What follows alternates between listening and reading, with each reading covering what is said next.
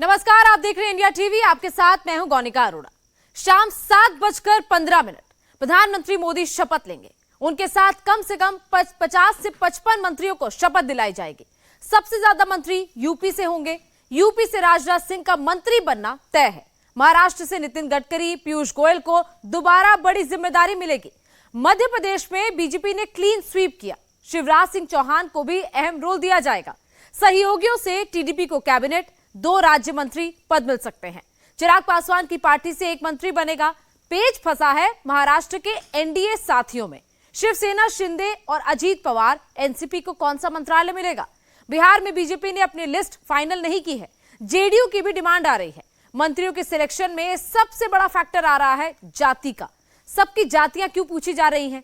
Cabinet में cast की casting क्यों जरूरी है? आपको इस रिपोर्ट में बताते हैं। नरेंद्र मोदी प्रेजेंट्स मोदी सरकार 3.0। इस बार मोदी सरकार में कौन बनेगा मंत्री? किसको मिलेगा प्रमोशन? किसका नाम कटेगा? भारत माता की, भारत माता की, भारत माता की।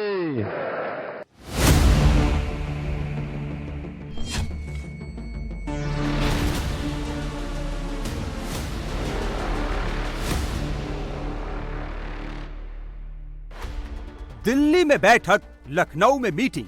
समाजवादी पार्टी की बैठक दिल्ली से लखनऊ तक। योगी आदित्यनाथ से लेकर अखिलेश यादव तक मीटिंग पर मीटिंग का दौर जारी है। यूपी ने 24 का फैसला सुना दिया।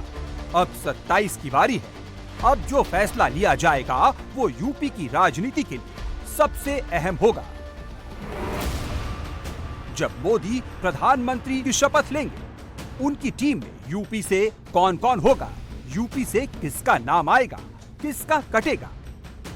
सुझाव दिए जा चुके हैं। वोट की ताकत दिखाई जा चुकी है। अब मोदी को अपने सिपह सलाहकार का चुनाव करना है। यूपी में लोकसभा में मिली हार की सबसे बड़ी वजह जाति फैक्टर है, जिसको अखिलेश यादव ने अपनी तरफ मोड़ा और बीजेपी इस इक्वेशन को समझ नहीं सकी। उत्तर प्रदेश की जनता ने लोकसभा के चुनाव से आगे के लिए बहुत बड़ा संदेश दे दिया है।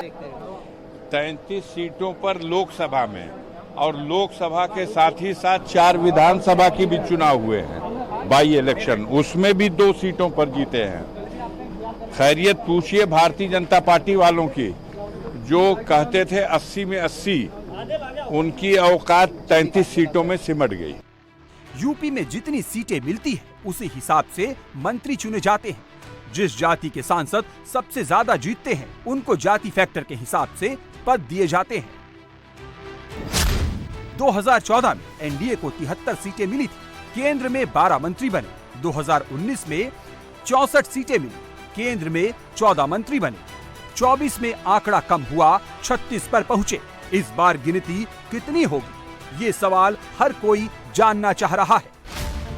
यूपी से 14 मंत्री बने थे। उम्मीद थी कि 14 सीटें तो कंफर्म है। यहाँ पर बीजेपी का ग्राफ बढ़ेगा ही बढ़ेगा, लेकिन नतीजों ने पूरी रणनीति पर दोबारा सोचने पर मजबूर कर दिया। 14 मंत्री में से 7 केंद्रीय मंत्री यूपी का रण हार गए। योगी के 2 मंत्री भी इस चुनाव में जीत नहीं सके। यूपी में बीजेपी का कद गिरा है। सहयोगी का रिजल्ट सही रहा है। ऐसे में बड़े मंत्री पद साथियों को भी दिए जाएंगे। यूपी में जो भी चुना जाएगा, उसको सबसे पहले जाति फैक्टर में सही उतरना होगा। यूपी में 33 टिकट बीजेपी ने सवर्ण को दिए थे। जीते 15। 26 ओबीसी उम्मीदवार उतारे गए। जीते 10।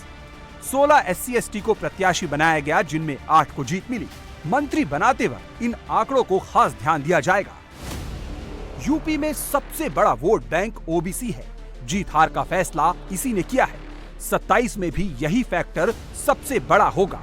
इस बार ओबीसी का वोट समाजवादी पार्टी को गया। सपा के 37 सांसदों में से 20 ओबीसी हैं, जबकि बीजेपी के 33 में से 10 ओबीसी हैं। यूपी में एनडीए में 13 ओबीसी सांसद जीते। यूपी में जो मंत्री बनेंगे, उनमें ओबीसी सबसे ज्यादा हो सकते हैं। लेकिन वो कौन चेहरे होंगे ये भी जरा समझते हैं। जयंत चौधरी, अनुप्रिया पटेल, मुकेश राजपूत और पंकज चौधरी इस रेस में आगे चल रहे हैं। जयंत जाट समाज से आते हैं, राज्यसभा सांसद है। अनुप्रिया पटेल कुर्मी समाज से आती है, मिर्जापुर से जीती है। मुकेश राजपूत लोध समाज से आते हैं, फर्रुखाबाद लोकसभा से जीते हैं। पंकज चौधरी कुर्मी हैं, महाराजगंज से जीते हैं। मोदी सरकार में यूपी में हर बार दलित नेताओं को मंत्रिमंडल में शामिल किया गया है। यूपी में हर जाति को साधना सबसे जरूरी है। इस बार कौन बन सकते हैं मंत्री? इनमें एसपी बघेल आगरा से जीते हैं, डॉक्टर भोला सिंह बुलंदशहर से जीते हैं। दोनों सांसदों को मंत्री बनने का मौका मिल सकता है। यूपी में बीजेपी के 45% सांसद सवर्ण है। सबसे ज्यादा बीजेपी को सवर्ण का वोट मिला है। यूपी में सबसे ज्यादा 8 ब्राह्मण बीजेपी से जीते हैं। इसके बाद 5 राजपूत क्षत्रिय भी बीजेपी से जीते हैं। राजपूतों में राजनाथ सिंह का तीसरी बार मंत्री बनना तय है, जबकि ब्राह्मणों से जितिन प्रसाद मंत्री बन सकते हैं। यूपी में जाति के साथ साथ सहयोगियों का समीकरण साधना होगा। अनुप्रिया पटेल और जयंत चौधरी का मंत्रिमंडल में शामिल होना लगभग पक्का माना जा रहा है।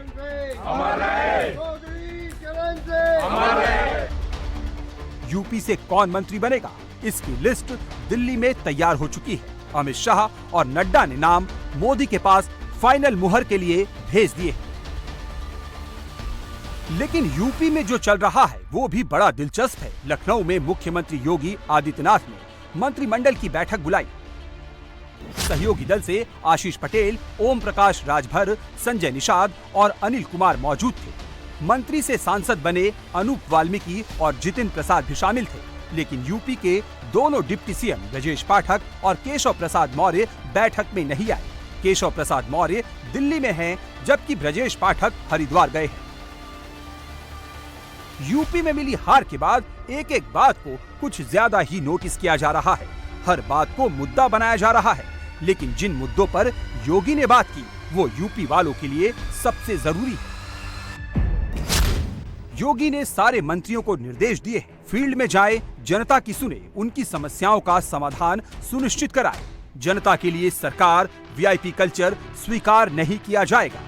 संवाद, समन्वय और संवेदनशीलता की नीति के साथ मंत्रीगण जनता के बीच जाएं। यूपी में जनता और नेताओं का फासला बढ़ गया था। योगी सीधे पब्लिक से कनेक्ट करते हैं, लेकिन जिन नेताओं को लोकसभा का टिकट मिला था उनमें कई नेता जनता के बीच गए ही नहीं। मोदी और योगी के भरोसे बैठे रहे, जिसका खामियाजा बीजेपी को भुगतना पड़ा। अब योगी आदित्यनाथ किसी भी तरह का रिस्क नहीं लेने वाले।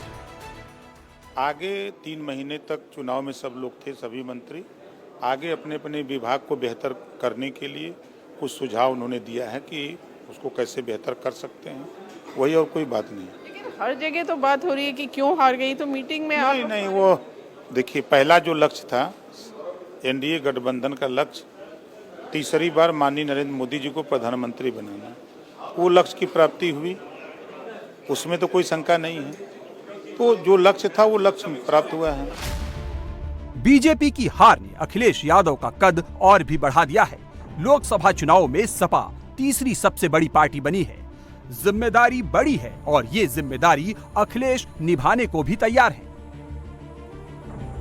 यादव परिवार का जोश हाई है। अखिलेश यादव ने वो करके दिखा दिया जो समाजवादी पार्टी के लिए सबसे बड़ा चैलेंज था।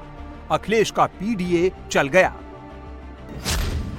समाजवादी पार्टी के 37 सांसदों में से 20 ओबीसी से आते हैं, जिसमें यादव 5 और गैर यादव 15 है। 8 सांसद एससी से आते हैं, 4 सांसद मुस्लिम है। सवर्णों में 5 जीते, इनमें 1 ब्राह्मण, 1 भूमिहार, 1 वैश्य और 2 राजपूत है। नकारात्मक राजनीति खत्म हुई है, सकारात्मक राजनीति का दौर शुरू हुआ है। जनता की मुद्दों की जीत हुई है। समाजवादी पार्टी देश के तीसरे नंबर की पार्टी बन गई है। जहां पार्टी को इतना बड़े पैमाने पर जनता का समर्थन मिला है, वहीं समाजवादियों की जिम्मेदारी बढ़ गई है। जनता की एक एक बात, जनता की समस्याओं का उठाना, उनके हित में अपनी बात रखना। समाजवादियों का लगातार संघर्ष रहेगा लोकसभा में, जिससे ज्यादा से ज्यादा जनता के बीच में और उनके लिए सेवा कर सकें। यादव परिवार से पांचों नेता अखिलेश, डिम्पल, धर्मेंद्र यादव, अक्षय यादव, आदित्य यादव अब दिल्ली की राजनीति करेंगे। अखिलेश यादव इन्हें लीड करेंगे।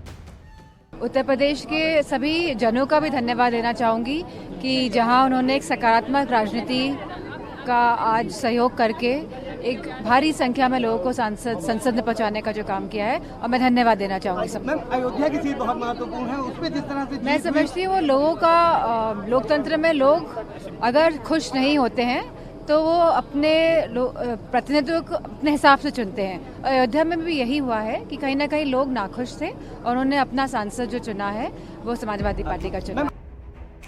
अखिलेश यादव दिल्ली जाएंगे तो यूपी की विधानसभा छोड़नी पड़ेगी। करहल विधानसभा से अखिलेश विधायक हैं। अखिलेश यादव को ये सीट छोड़नी पड़ेगी। उनकी जगह यूपी कौन संभालेगा ये भी तय करना होगा। देश में तीसरे नंबर की पार्टी हो गई समाजवादी पार्टी, लेकिन अब प्रधानमंत्री मोदी तीसरी बार शपथ लेने जा रहे हैं, तो क्या भूमिका समाजवादी पार्टी? समाजवादी पार्टी बहुत मजबूती के साथ जो मुद्दे हैं जनता के, उन मुद्दों पर स्टैंड करेगी और बहुत मजबूती के साथ आप भूमिका देखेंगे समाजवादियों की। अखिलेश यादव की बात करें, पार्टी के अध्यक्ष हैं, लेकिन करहल से विधायक हैं, विधानसभा में नेता प्रतिपक्ष हैं, क्या नया रोल अब हम देखें? अब अभी तो समय है उसके लिए, खुद ही राष्ट्रीय अध्यक्ष जी फैसला लेंगे, बेहतर फैसला लेंगे। और अगर मेरी इच्छा कहेंगे तो मैं तो चाहूँगा, जो कि मैं खुद भी मुझे मौका मिला है MP बनने का, मैं तो चाहूँगा सदन लोकसभा के अंदर वो लीडरशिप करें आके। विधानसभा छोड़ लोकसभा के अंदर लीडरशिप करें, स्वाभाविक नियम ऐसे हैं कि फिर वो मजबूरी होगी।